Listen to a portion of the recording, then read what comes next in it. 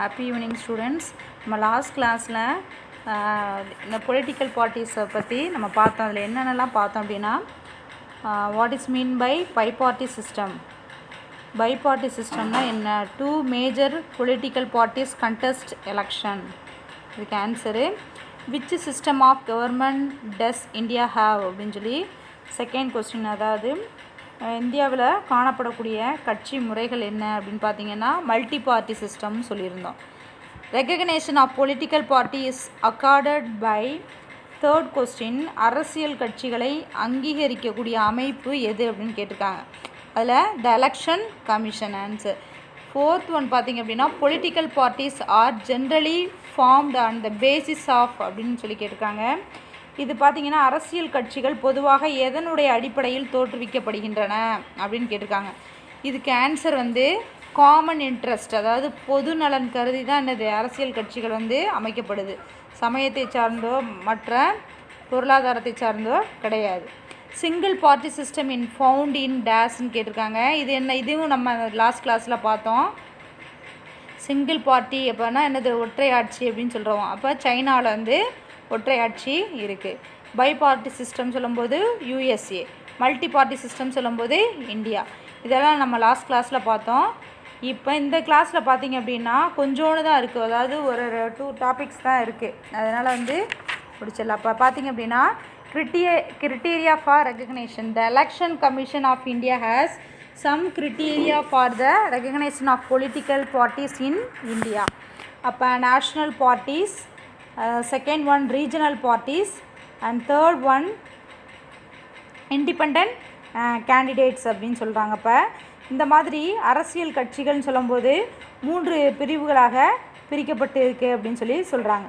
அப்போ அதில் பார்ட்டிஸ் அப்படின்னு சொல்லும்போது தேசிய கட்சிகள் அப்படின்னு சொல்லும்போது 6% of valid votes in Lok Sabha election or assembly election in 4 States.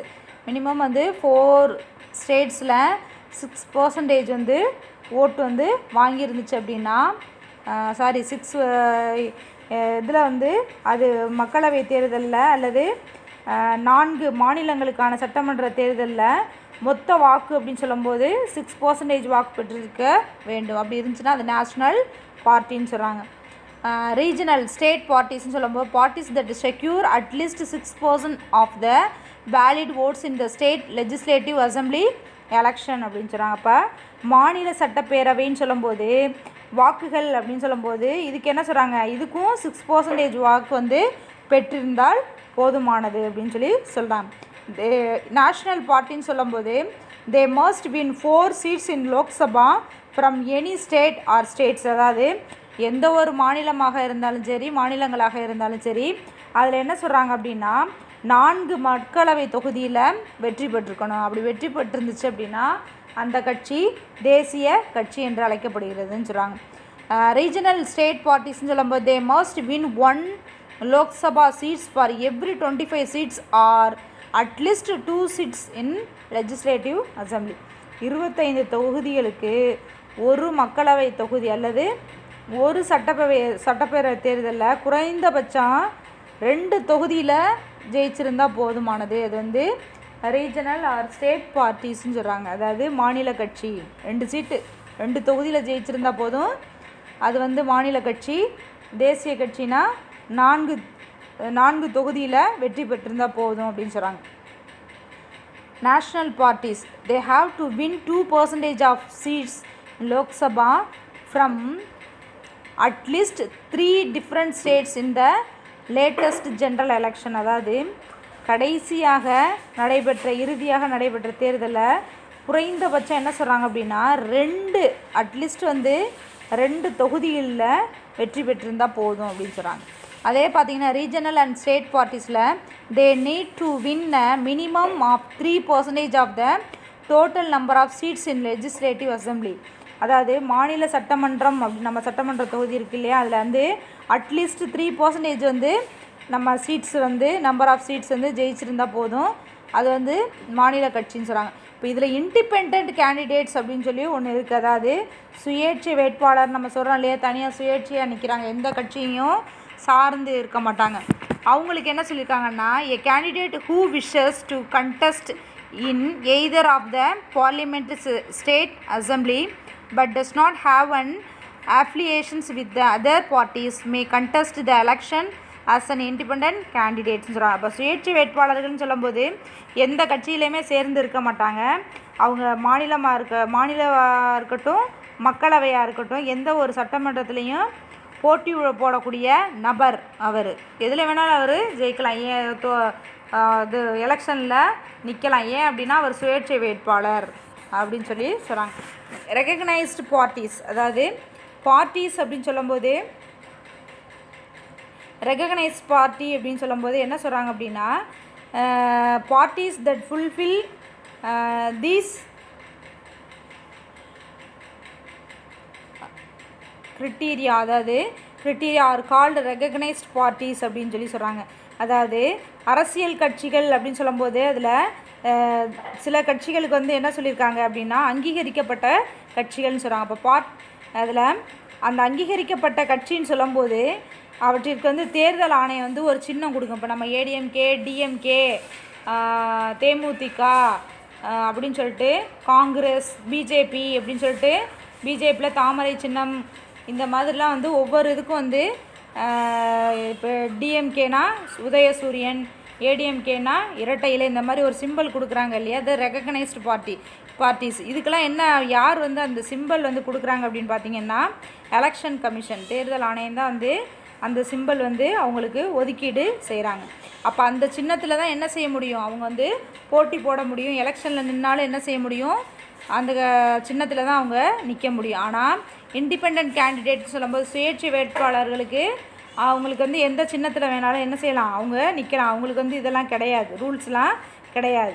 அப்போ பதிவு செய்யப்பட்ட இதை ஏன் அப்படின்னா ரெகக்னைஸ்டாக ஆல்ரெடி அந்த வந்து என்ன செஞ்சுருப்பாங்க, பதிவு செஞ்சுருப்பாங்க. அப்போ பதிவு செய்யும்போது அது எந்த சின்னத்தில் வந்து மற்ற சின்னங்களில் வந்து என்ன செய்ய முடியாது, அவங்களால போட்டி போட முடியாது.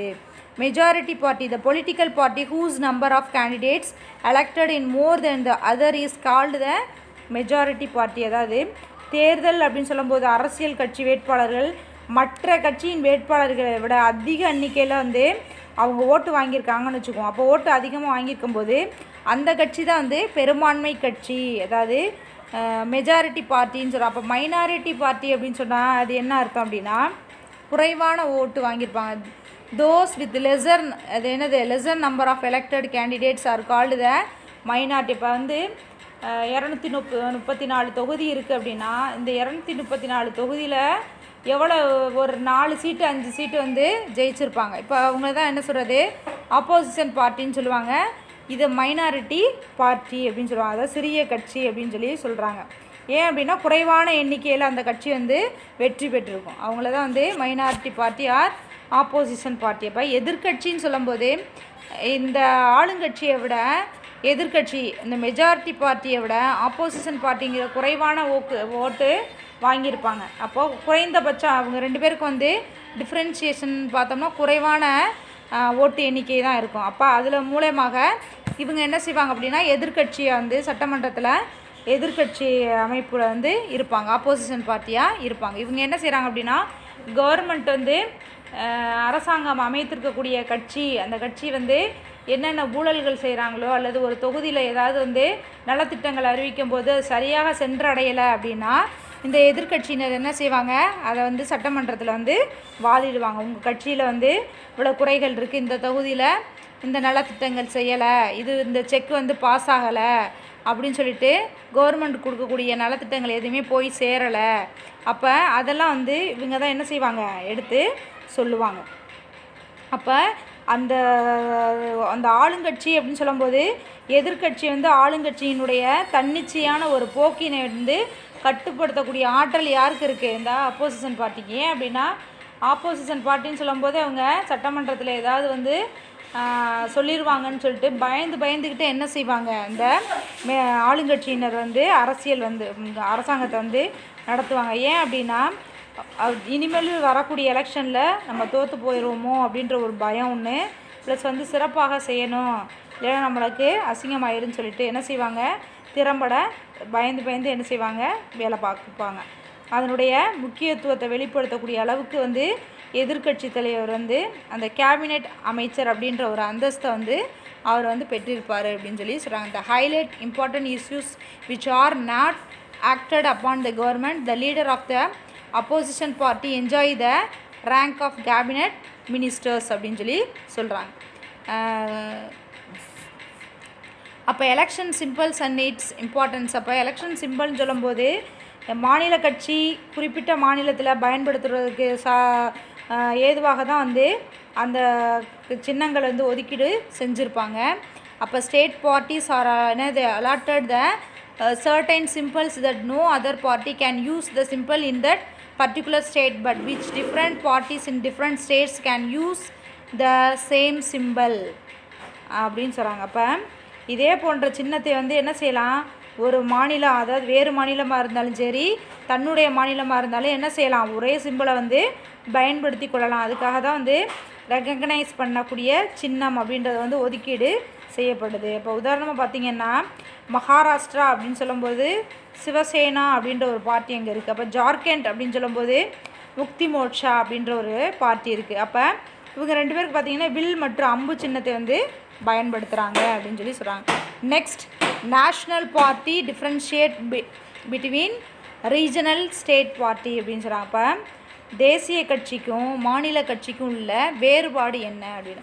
இப்போ நேஷ்னல் பார்ட்டின்னு சொல்லுவோம். National parties R political parties which participate in different election are all over இந்தியான்னு சொல்கிறாங்க. இப்போ தேசிய கட்சின்னு சொல்லும்போது நம்ம ஏற்கனவே சொல்லியிருக்கோம், இந்தியா முழுவதும் நடைபெறும் தேர்தலில் போட்டி போடக்கூடிய ஒரு அரசியல் கட்சி. Regional parties R political parties which participate in different election but only within one state. அப்போ மாநில கட்சி தேசிய கட்சின்னு சொல்கிறோம் நேஷ்னல் பார்ட்டிக்கு, என்னது இந்தியா முழுவதும் அவங்க செயல்படலாம். இது வந்து என்னென்னா மாநிலத்துக்குள்ளாரே வந்து நடைபெறும் தேர்தலை வந்து அரசியல் கட்சி போட்டி போடலாம்னு சொல்கிறாங்க. நேஷ்னல் பார்ட்டின்னு சொல்லும்போது it should be strong enough at least 4 states. நம்ம ஏற்கனவே படித்தோம் இல்லையா, தேசிய கட்சின்னு சொல்லும்போதே 4 ஸ்டேட்ஸில் வந்து அது வந்து என்ன செஞ்சுருக்கணும், வலிமையுடையதாக இருக்கணும் அந்த கட்சின்னு சொல்லியிருக்காங்க. அதே சமயத்தில் ஸ்டேட் பார்ட்டின்னு சொல்லும்போது it should be strong enough at least 1 or 2 states. At least என்ன சொல்லியிருக்காங்க, 1 அல்லது 2 மாநிலங்களில் அந்த கட்சி வந்து பெரும்பான்மை பெற்றிருக்கணும்னு சொல்லி சொல்கிறாங்க. தேர்ட் வந்து பார்த்திங்க அப்படின்னா it has an exclusive symbol throughout the countryன்னு சொல்கிறோம். அப்போ தேசிய நேஷ்னல் பார்ட்டின்னு சொல்லும்போது தனக்கேன வந்து பிரத்யேகமான ஒரு சின்னத்தை வந்து நாடு முழுவதும் என்ன செய்யலாம், அதை வந்து வச்சுக்கலான்னு சொல்கிறாங்க. அதே சமயத்தில் ஸ்டேட் பார்ட்டின்னு சொல்லும்போது simple is reserved for it's state in which it's recognised but the same simple can be allotted to the different parties in different states. அதாவது தனக்கென அங்கீகரிக்கப்பட்ட ஒரு சின்னம் ஒதுக்கீடு செய்திருந்தாலும் அந்த மாநிலத்துக்குள்ளாரே வந்து சின்னம் அப்படின்னு சொல்லும்போது வேறு மாநிலத்தில் உள்ள கட்சிக்கும் வந்து என்ன செய்யலாம், ஒதுக்கீடு செய்து கொள்ளலாம் அப்படின்னு சொல்லி சொல்கிறாங்க. த லாஸ்ட் பாயிண்ட், நேஷ்னல் பார்ட்டியில் it resolve state national and international issues. தேசிய மற்றும் சர்வதேச விவகாரங்களை தீர்த்து வைக்க உதவுது அப்படின்னு சொல்லியிருக்காங்க. ஸ்டேட் பார்ட்டியில் பார்த்திங்கன்னா it promotes regional and state interest. இது பிராந்திய மற்றும் நலன்களை வந்து வலியுறுத்துதுன்னு சொல்லி சொல்கிறாங்க. பிராந்திய மாநில வந்து வலியுறுத்துதுன்னு சொல்கிறாங்க. இதோட this lesson is over. Thank you student.